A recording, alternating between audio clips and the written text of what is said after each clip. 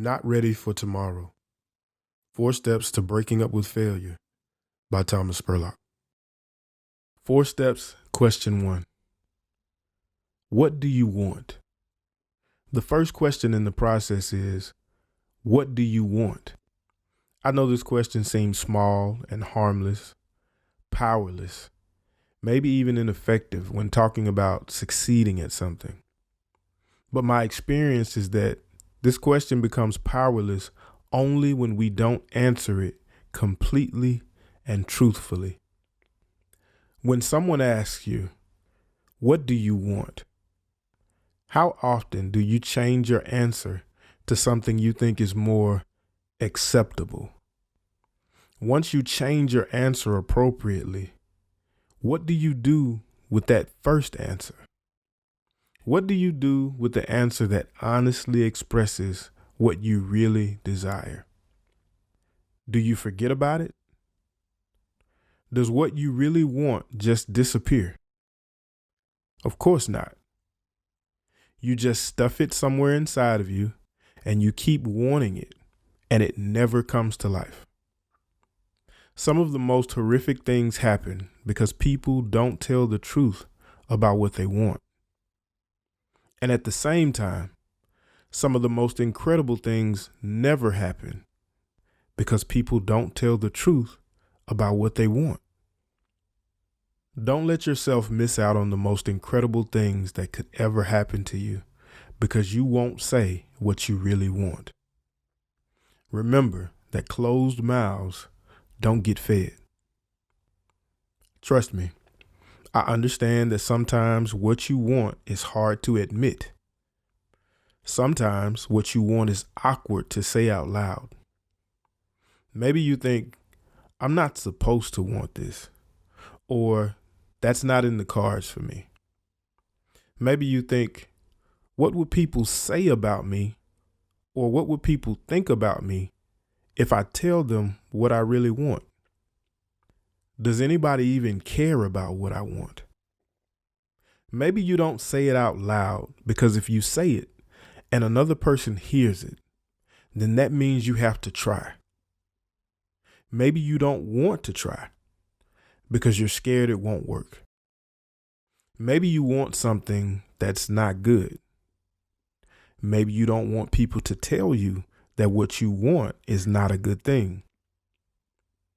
Maybe you don't want people worrying about you, or you don't want people in your business. I want you to imagine a world where everyone always has the confidence to say exactly what they want. A yes and no world where clear expectations and clear answers are the normal. Now, imagine your life when you always have the confidence to speak up and say exactly what you want whenever you need to. I believe 2 things are important in this part of the discussion. The first thing is that if you can't say what you want out loud, it's because you don't believe it can happen. The second thing is more important to our overall discussion, and it is that truthfully acknowledging what you want, good, bad, and ugly, leads you to having a greater understanding of who you are. Let me say this again because this is the foundation of the entire process.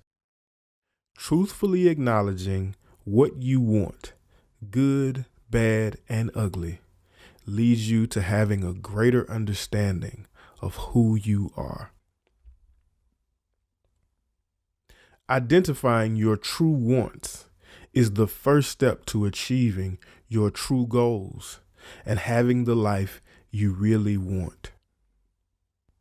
Now, don't confuse your wants with your likes.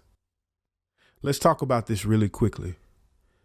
Sometimes we are so committed to what we like that we won't give those things up, even if they keep us from having what we really want.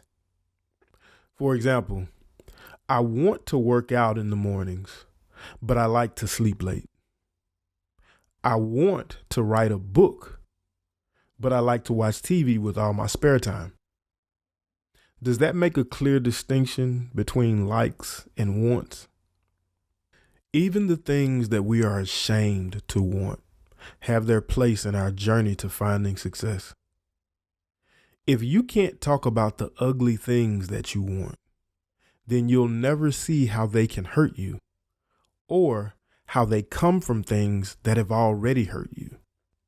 You can't overcome something you refuse to admit exists. Believe it or not, your faults and your flaws are the most important part of your success story. We'll talk more about that in a minute.